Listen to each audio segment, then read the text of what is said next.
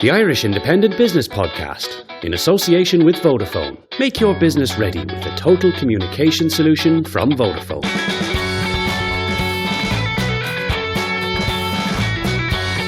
Hello, I'm Brian Purcell, and this is the Irish Independence Ready Business Podcast. This is the show for startups and SMEs looking for some inspiration, great advice, and real life stories of blood, sweat, and tears. On today's show, we're focusing on the exploding business of health and fitness in Ireland and finding out why it's good for productivity in the workplace. Joining me today, I've Dr. Fionnuala McHale of Invigorate Clinic, which focuses on a functional medicine approach to care, and Mark O'Reilly from fitvision.ie, which is a body transformation system via personal and group training programs. Someone like me, I'm working anywhere between 80 and 100 hours a week. You know, how much exercise do I actually really need? You know, without going over the hill. I see all these mammals, the middle-aged men in Lycra, pounding around out in the streets out there in their bikes, or you see all these ultra runners. How much is enough? Well, what I would generally recommend as a good starting point would be 3 by 30-minute sessions per week. Now, when it becomes important is when you're looking at the efficiency of time for these CEOs and the high-ranking executives, but also for those other people who have a big family and don't have an hour to spend in the gym, don't have an hour to go out in their Lycra on the bike. You know, how are you maximising the time that they're spending exercising or being active to get the best results for whatever their goal is, whether their goal is to lose weight, lose body fat, whether it's just for health and to maintain. But like an athlete, it helps our performance at work, doesn't it? Exactly, because that's going to have a massive impact on things like sleep, things like energy levels, you know, how we feel in terms of our mind, our positive mindset. You know, it's well documented in the literature of how exercise can have an impact on our brain chemicals, neurotransmitters, make us feel elated, endorphin, more confident. You know, all of those things translate to the boardroom.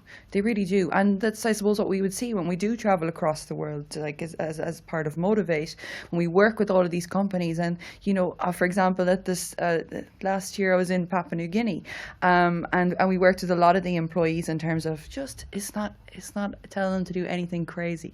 It's just telling them to be more active. You know, get in a little session. You know, in the office where you have a cubicle, we've recommended, you know, you get up every hour, or not hour, but whenever they can, and they'll do a certain routine. We give them stretches to do in the chair so that their posture's improved. Because there's a set amount of time now you're supposed to spend in your chairs before you have to get up again. Exactly.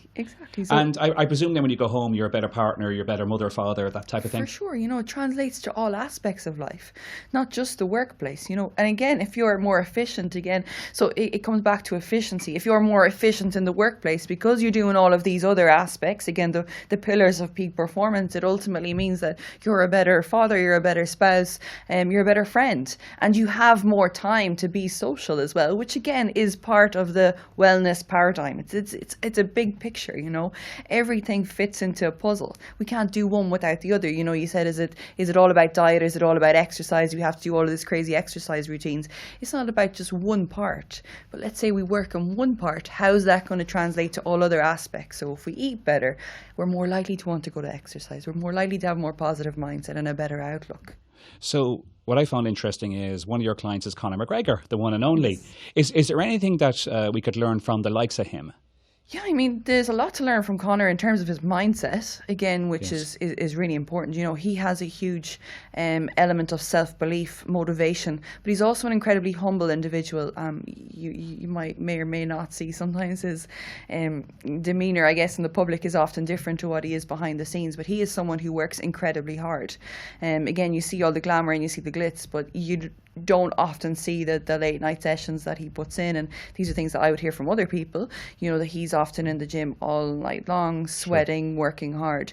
Again, all of these things are hard work at the start, and that's the same for anyone who has to change a habit or make a change in life. It's not, I suppose it also helps he doesn't take a pint, does he? I'm sure he doesn't drink too much alcohol, no, but again, no athlete can, and again, alcohol is a huge issue in Ireland, something that I suppose, again, for me working with clients has been very difficult, and I found that, you know, it's just a lack of understanding, you know. Mark, you spent some time in Australia playing as a semi-pro over there. And again, just going on, I think, taking on what Fionnuala was saying about education, you learned quite a few things over there that maybe we could take on board probably. They have a different kind of attitude over there, have they? Absolutely, yeah. I worked when I was over there, as I was playing semi-professional. I also wanted to work and experience in the fitness industry, what the guys were doing over there. And the gym that I did work in, Vision Personal Training, was excellent at basically what we're saying here, educating clients. The guys over there, they built in an app, they built in shopping tours, seminars. They really looked at the family approach and aimed to get guys, fully versed in why they're eating what they're eating, how it's affecting their children, different meals they can cook for the family, that it doesn't take 5 hours of exercise. Exactly what Fionnuala is saying, how making one change can make such a difference. And then if you're making that one change on a weekly basis, say, over time, that's going to add to a massive impact.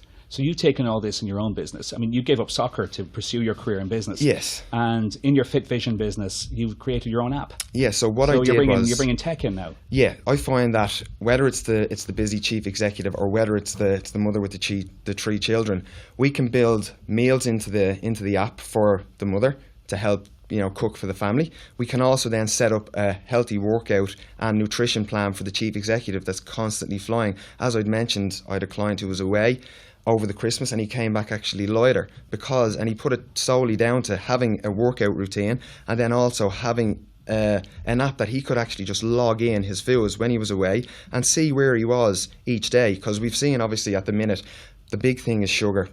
Everybody on television, we're all talking about sugar. What the app does for the clients is it actually helps educate them on, with their foods, what is coming from carbohydrates, what's coming from protein, and what's coming from fats. Because what we do find is that we are a nation that eat a diet very, very high in carbohydrates. And as we all know, carbohydrates are for energy. If we are consuming too much energy and we're neglecting the other 2, good fats and protein, it is a recipe for disaster. Okay. And we can see that now with the stats. And Fionnuala, Mark here is going into the tech side of things, is bringing the app into it. From your point of view, in your sector of fitness and you're into vitamins and the whole holistic approach, where is this going? Where is the future for your game? I guess from my perspective, the future is really in testing, diagnostics. I suppose part of why I've been very successful and very good at what I do is because I do have tests to determine what someone needs for their being able to personalise it, individualise it. I think that is the future, whether it's genetic testing, vitamin and mineral and metabolism testing to understand an individual's requirement for certain nutrients, which is different. You can cut different illnesses off of the pass, really, could you? Or well, you're preventing conditions? them down the line. Yes. You're not necessarily a cure now for illness, which is sometimes people confuse it for being that, but rather that it is a way of identifying maybe underlying causes for ill health, allowing us to fix things like the gastrointestinal tract, understanding a cause rather than a diagnosis. Okay. Really interesting here. I think you really begin to inspire me now. I might go for a little walk this evening to make myself feel better for myself. Now, each week, of course, we do answer your questions that you send in to us. And in order to take part in this, just tweet us. And the hashtag is Ready Business Advice. So if you want real world business insights, just send us those questions through Twitter. And we'll answer the most popular ones on the show. So Mark, going to you first. One here, Alan in Dublin. I have a young family and I'm running my own business and I find it harder and harder to find the time for exercise. So what's the minimum I should be looking to do each week? I think we mentioned this earlier, didn't we? Yeah, to be honest, I think you're looking at maybe more so little and often, as opposed to, like, a lot of people can be turned off with the thought of, I've got to drive a half an hour to the gym, I've got to train for an hour, and then I've got to drive a half an hour back.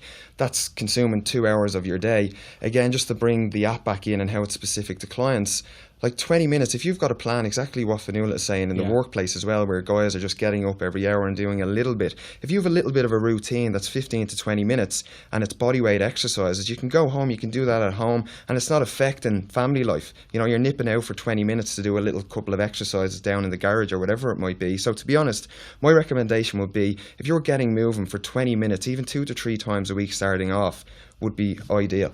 Fionnuala, you mentioned, was it 3 by how much? 3 by 30 minutes, Yeah, but I would okay. 100% agree with Mark, and I like the way you use the word movement, and that's often something that people neglect is movement and activity rather than have to be in a structured exercise regime, which some people absolutely love, but the majority of people don't particularly like that a regime. They don't like being in the gym. Mark, one for you. Tony's in college, but wants to start a business in health and fitness.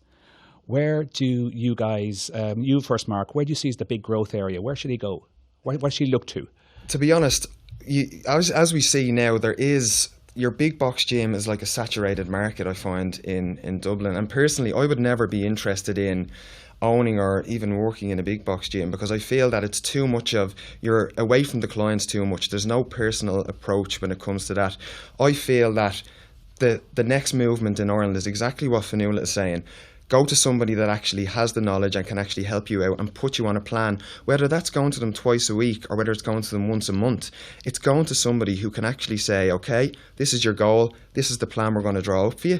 Now go and I'll see it in 1 month's time. Or if it's somebody who can afford and feels they need to come back on a weekly basis, well then absolutely do that. So I would say personal / small group training would be the industry I would be looking to get into. Yes. And Fionnuala, I mean, you've managed to combine your hobby, fitness and weightlifting, with your job, which is a medical doctor. Yes. Where do you see things going, or what should someone do when they go to college and they're looking at this whole area? Yeah, I mean, I would definitely be looking at, I suppose, in the individual approach, looking at the genetic testing. Obviously that's down the line, but I think it's definitely an area of growth, being able to establish what type of exercise is going to suit you for your body type.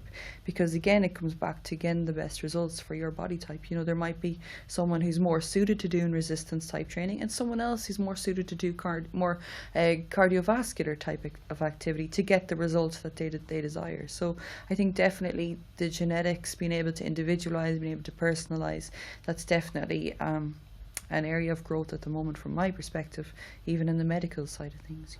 Question for me, actually.